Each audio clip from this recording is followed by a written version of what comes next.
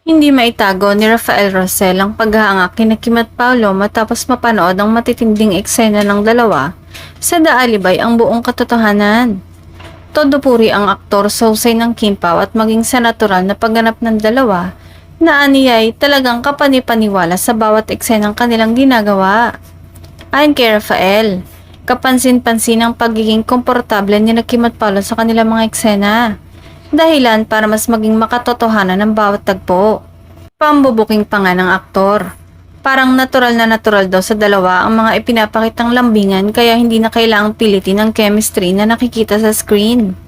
Sa pinakabagong episode, muling pinatunayan ng Kim Pao ang kanilang lakas bilang tambalan matapos ang sunod-sunod na mainit na eksena ng kanilang karakter na sina Stella at Vincent at talagang all out ang kilig na ipinamalas ng dalawa habang tikom-bibig namang pinapanood ni Matthew, ang karakter ni Rafael, ang kanilang matinding lambingan.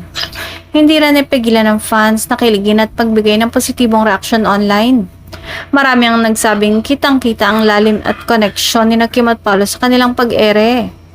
Habang may ilan ding natuwa sa pagiging supportive ng karakter ni Rafael sa dalawa.